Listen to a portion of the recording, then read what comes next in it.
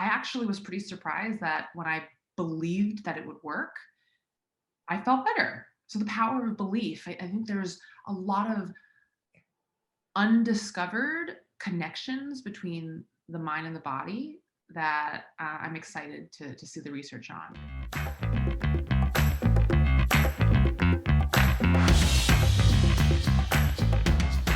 Hey, Dr. V. Welcome back to another episode of the podcast. Today, I am stoked for you to meet a very special friend, special guest of mine. We actually met at a hosting workshop at NBC. You'll find her on TV everywhere. She's a former Miss California. Her name is Crystal Lee, and she is an on-camera host and producer based here in Los Angeles, so we get to hang out more now.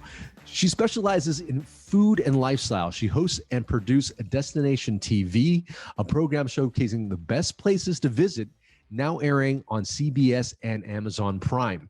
You could also find her on The Insider, visiting the first Michelin-starred ramen place in the U.S., learning how to make mochi at a 117-year-old sweet shop, and biting into the best Thai fried chicken in Los Angeles. Whoa, I can't wait to share those adventures with her.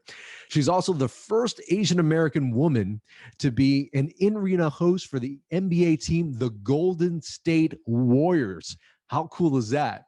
Trained in Chinese dance and ballet from a young age, she performed ballet on point in the talent competition at Miss California and became the first runner-up to Miss America in 2014. She not only has beauty, but a lot of brains. She's graduated from Stanford University, both with a BA and master's. Ladies and gentlemen, I am so stoked for you to meet my friend, the lovely, the beautiful Crystal Lee. All right, here we are. Crystal Lee, thank you for joining us. Crystal, she's a host. She's a former runner-up to Miss America, Miss Chinatown, also Miss California. I am so glad you have joined us today. You're so beautiful and glowing. Thanks for joining us. Oh, thank you. I appreciate that introduction. I mean, I feel like at this point I need to mime like the crowns that I've worn on my head. You can't take yourself too seriously. Pageants are fun. Pageants are fun. So I would really love to know how an Asian American child growing up here thinks about, entering these pageants. Was that something you always wanted to do as a child? Is it something you developed later on? Tell me a little bit about that. Yeah, being Asian American, as you know, comes with a lot of Confucian baggage. My lovely parents were at the same time both the most supportive and also the most critical forces in my life. And I feel very blessed to have that double-edged sword. But, this podcast and this conversation isn't just me glossing over all of the happy moments. I'm going to, be vulnerable and dig into some of the harder times. I mean, my mother raised me basically saying, hey, you're not someone who looks conventionally American, whatever that means. Yeah. Therefore, you need to work harder, twice as hard to get just as far as someone who doesn't come from an immigrant background. And now that I'm older, I do take issue with that because I think that every American is an immigrant. I mean, this country is less than 300 years old. Mm-hmm. But I know where she was coming from. And it was this hustler's mentality of you can't let where you come from keep you down, and you always have to be strategic about using your culture, using your gifts in a smart way while also not letting it keep you down, if that makes sense. No, I hear you. Yeah. And, it is a hustler mentality. I feel very, very empathetic to that. Do you feel like that carries a certain amount of energy, the hustler mentality or the chaser mentality, rather than just feeling like I've made it, I know I can do this? And did you go through any of that as you grew up? Oh yeah, I definitely had a lot of imposter syndrome. Yeah. And the whole term fake it till you make it, that phrase was literally and still kind of is my life motto. Because when you're young and my mom wanted me, and society, teachers, all of the role models in my life were like, get good grades, excel at everything. You have to be good at math. You have to be just as good at math as you are at science, and just as good at English as you are at PE. Like 4.0, perfect straight A grades, right? So from a young age, we were raised to be these perfect, like well-rounded. That's the key. Like, oh, they all want us to be well-rounded. And it's not until later in life that you realize spiking in your own category is actually what differentiates you. So Yeah. it's that jump between having to be good at a lot of different things to finally being able to shed all these habits. It's very maladaptive. It's almost like suddenly you graduate from school and all of the rules have been rewritten. And that is why I think, I suffered a lot from imposter syndrome too. Yeah. Because at Stanford, there's this phrase called like the Stanford duck syndrome, where underneath the surface, you're paddling as hard as you can. You're furiously moving, you're hustling, you're working super, super, super hard. But on the surface, you're just like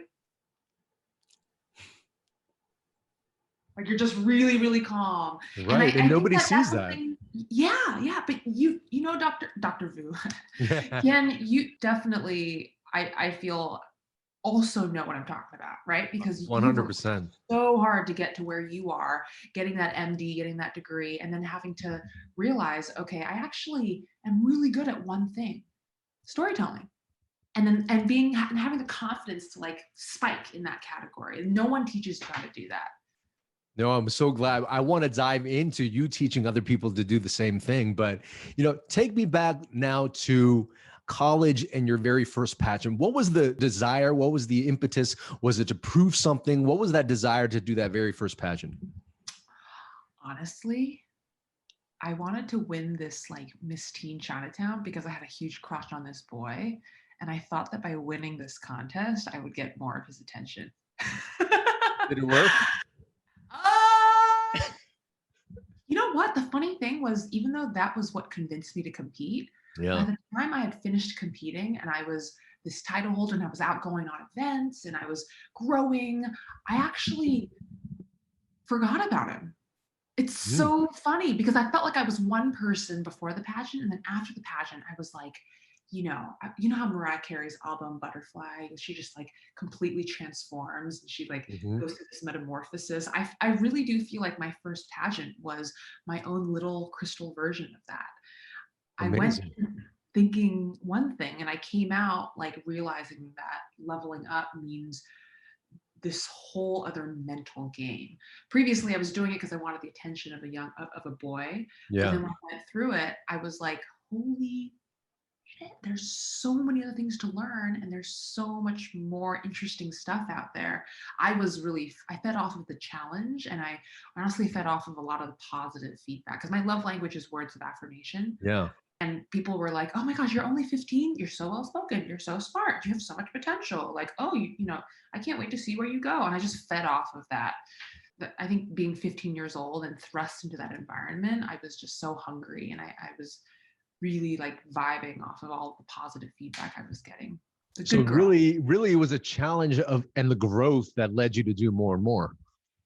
I think so. I think being 15, and once you get that like tiny taste of success, you're like, oh, I mean, not gonna lie, it's a huge ego boost, but Right. it's an ego boost in a way that I think really, really helps young women because there aren't enough activities for young women to really get that in a healthy way. I actually want to do sports, but my mother thought that being super athletic wasn't becoming for a young woman. So I actually wanted to be a swimmer. And she later confessed to me, I was like in high school at this point. She goes, I never let you swim because I didn't want you to get these big manly shoulders. It's not pretty. I was like, Mom, like, but I get where she was coming from, right? She just wanted what was best for me. So she kind of like pushed me into pageants because it's a very traditional, very conservative, like, you know, Yeah. pretty, all that good stuff. Now you talk about how it being a healthy way to build this self-confidence, but would you say that there is any culture around pageants that could be a little Unhealthy? unhealthy? Yes. Yeah, that's a Let's really dig good into some point. of that. Yeah, it's a really, really good point. So pageants are super contentious now.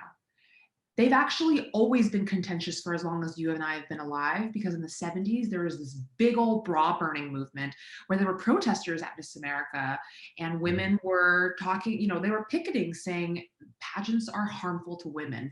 It is so damaging to women. How can you parade women on stage like they're pieces of meat? And I totally understand where they're coming from. However, the fact that pageants are still something that young women actively want to compete in makes the pageant worth having.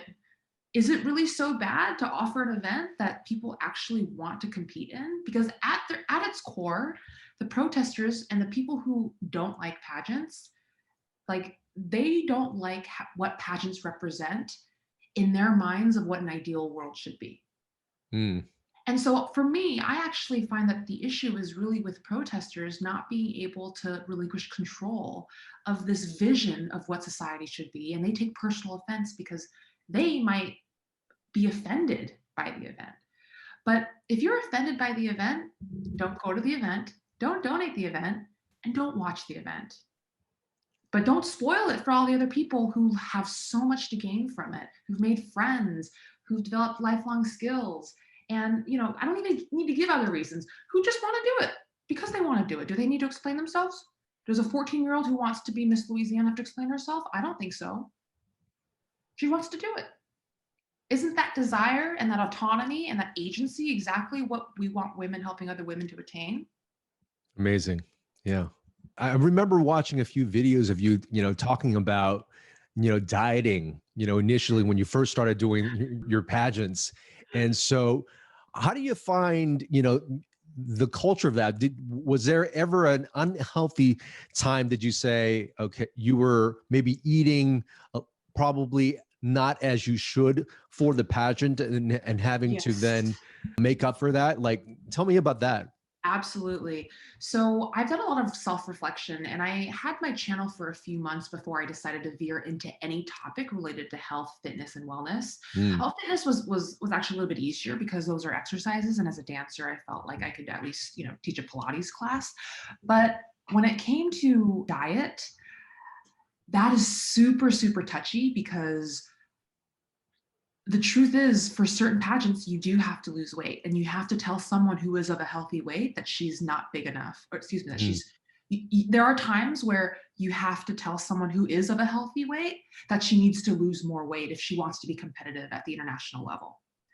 Wow. And the way I think about this is it's like wrestlers. You have to Mhm. get down to a certain weight if you want to be able to compete in that class, and if you really want a shot at winning. And then Yeah. after the pageant, you can continue resuming the diet you had before, and you can come back to healthy weight. But you have to have that cognitive switch and that clarification within yourself that if you're going to be losing that weight, it's because you're getting into fighting shape, and it's not Mm. you that is fat. It's you as a competitor that needs to get down to a physique in which you need to play that game in order to really be competitive in that specific, specialized niche period of time in your life.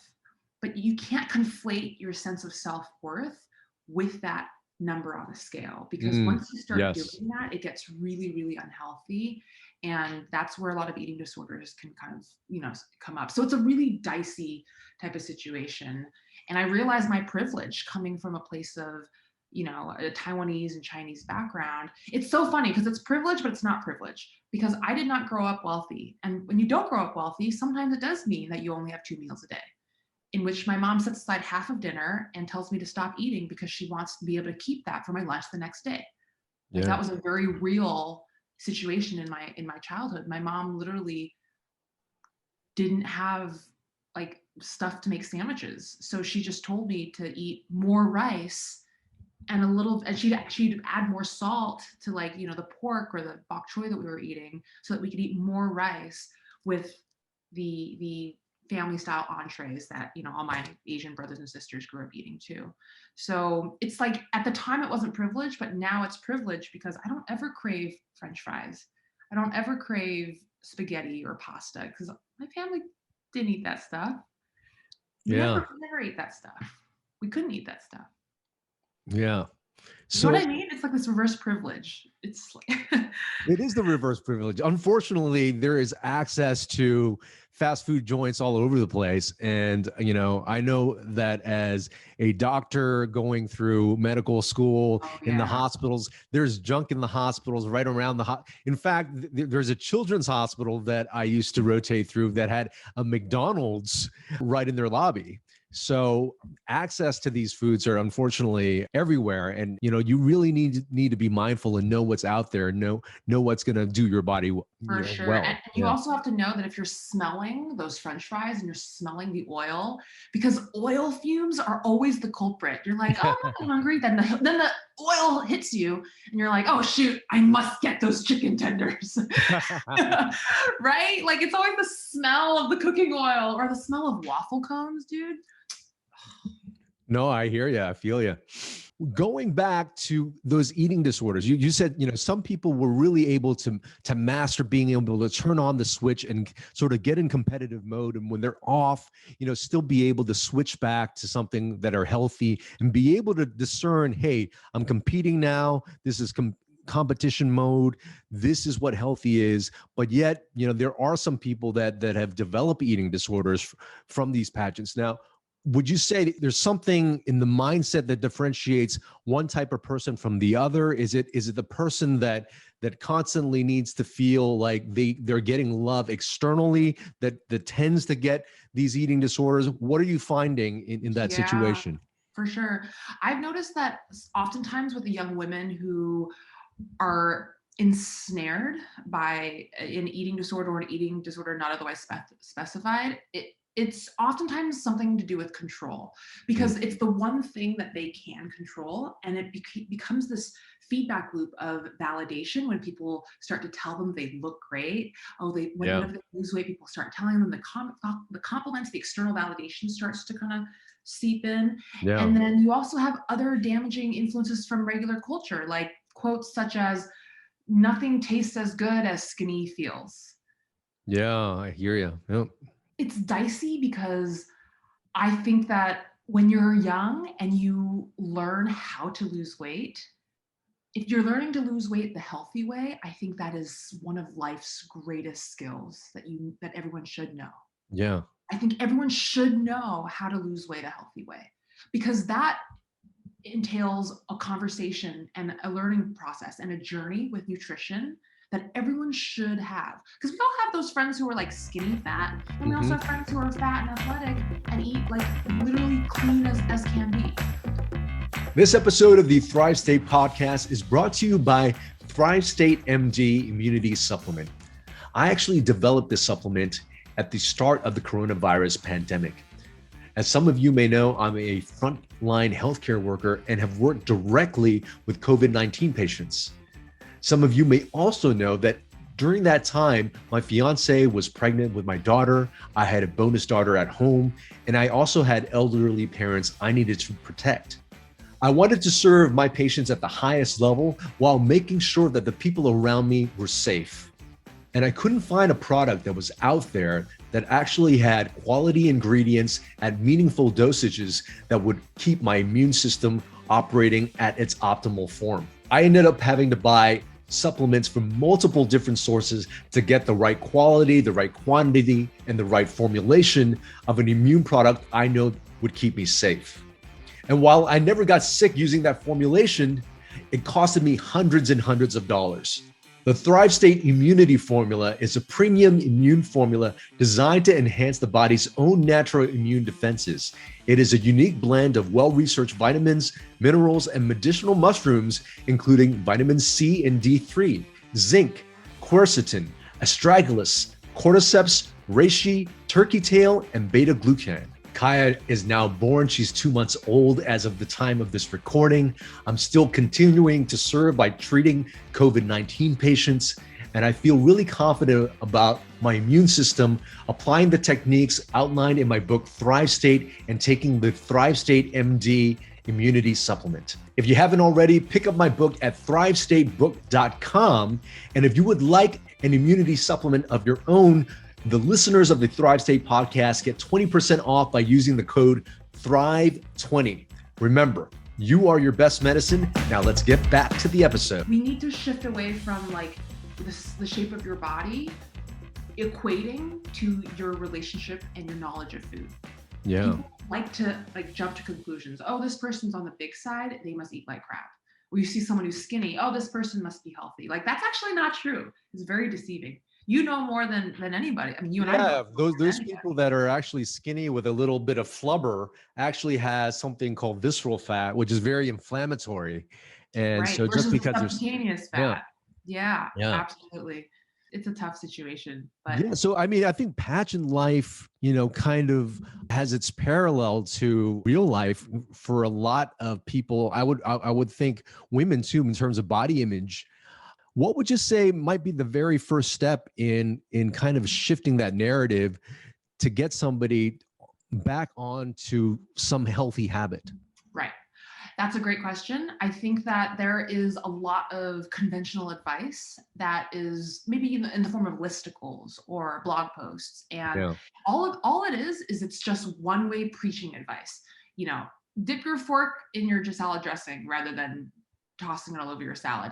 Walk more, drink more water, eat more fiber. Those are all great, but none of them take into consideration where you're starting from. We all need to look inside, and we need to actually look at what we're eating, the lives that we are living, and we need to be honest with ourselves. Are you having a couple of drinks of alcohol? Do you smoke? Are you not getting good rest? Are you stressed from work? What are your comfort foods? What do you reach for when you're stressed? All of those pieces of information matter so much more than just going online to bodybuilding forums and doing what other people are telling you to do who don't even know you or don't know your situation. So I think that you just have to like be really honest with yourself and start with like the very first step that makes sense realistically for you, because it can get really overwhelming to like try to get healthy, whatever that means. There's an infinite amount of advice out there, but none of it is going to be as effective as you like taking a hard look at what's realistically doable and sustainable for you. So if it means going on a walk during your lunch break and not changing anything else, but taking that one step, if that's what works for you, you need to do what it takes in your life to uncover that one step. And I can't answer that question for you. Like you need to answer that question. Maybe a nutritionist or a dietitian or someone who literally or a performance and longevity doctor, perhaps. Right, a longevity doctor. Exactly. Like you could be that person. But no, I completely agree. Sometimes having that list is very, very overwhelming, particularly when you're at a place where you're overly stressed and you're not understanding there's an emotional void here that's causing you not to be able to move and take action. And particularly when you've got a huge list, you're like, well, I need to do X, Y, Z. I'm not doing it, or I failed to do it today. And you just keep beating yourself up. So recognizing where those thoughts are, and then less focusing on the outcome. Know that you want to lose weight, know that you want to get healthy.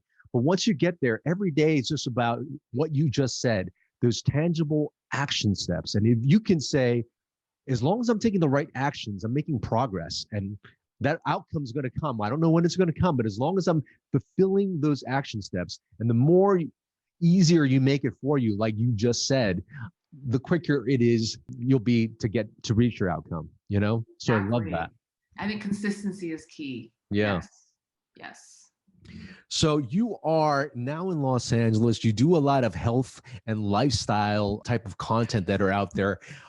Have you seen any new trends in the health, diet, and wellness space that you happen to be covering now?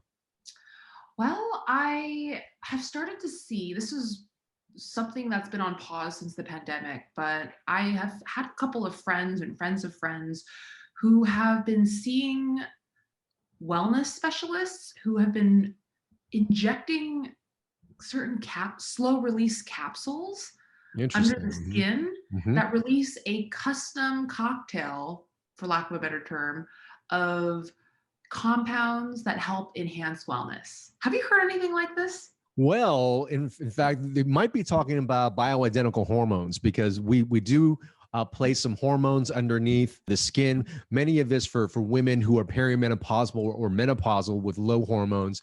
Men, there's going to be testosterone. So yes, you could place a little capsule underneath the skin or you can take some injections or creams, and there are things called peptides that are also used to kind of enhance our body's performance ability to lose weight, for improved immune system. So right on the money, you've gotten that. So what have you found? Have you found, my clients that are starting to do peptides, who have to inject themselves, never thought that they would have to inject themselves to be healthier.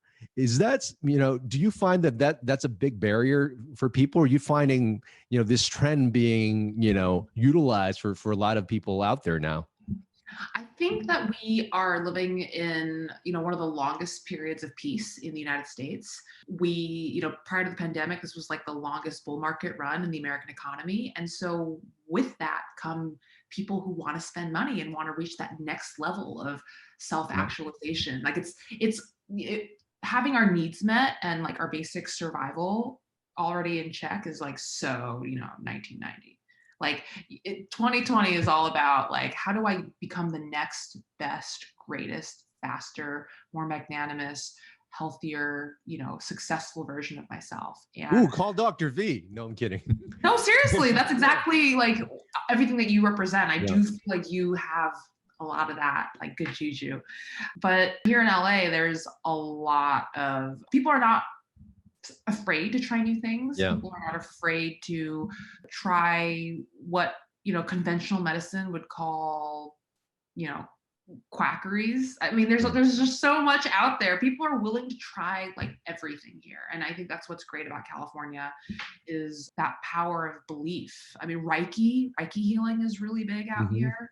I had some Reiki healing done before, Reiki healing. I actually was pretty surprised that when I believed that it would work, I felt better. So the power of belief, I think there's a lot of undiscovered connections between the mind and the body that I'm excited to see the research on. Because I think 100%. I mean, I talk about it in my book, our beliefs, our thought, our mindsets, because that's the filter we use to actually evaluate the world around us. And as we start to believe something or think something, we're then going to start to develop some emotions behind that.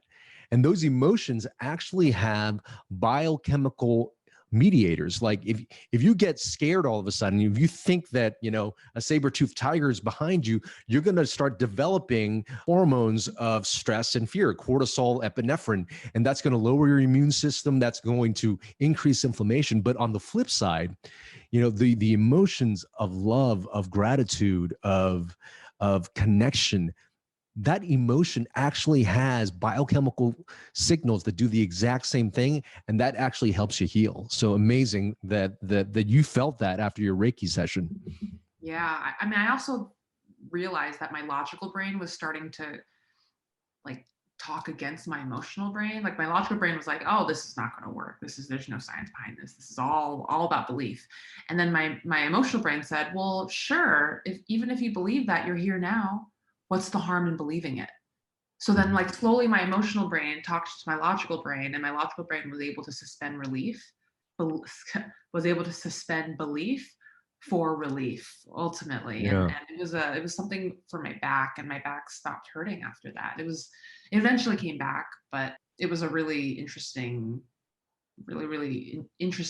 epiphany that I had, which is, if you believe something, like if you truly believe something, there's some dark matter that is affected by that, which then makes certain things happen. I don't know. No, you're right on 100%. There's an author that writes a book called The Biology of Belief. And he talks about just that, how our thoughts leads to our emotions, then actually have biochemical changes in our body. And I believe that to be true. We have different energies, physical, emotional, mental, spiritual. All those are actually in harmony with each other. And sometimes when your physical body is off, think about ways of like increasing your emotional health, or like, not thinking about yourself and thinking about belonging and serving other people. All of a sudden you start to feel better. All of a sudden you start to stand up taller. So all these things are actually in resonance with each other at all times. So that's a beautiful thing. Yeah, it actually reminds me of how in Asia, they don't tell anyone with a terminal illness that they are ill. They tell the family around them. Yeah. And I learned this in an ethics class in college, and I thought it was fascinating because the American and Western perspective is, how cruel and how inhumane is it to tell a 75-year-old grandmother that she is sick, but not that she has stage 4 cancer. Whereas in Asia, it's considered cruel to tell her that she does have cancer, because they believe that if you tell the patient that they're going to die, that will expedite their death, because they will know it and they'll give up.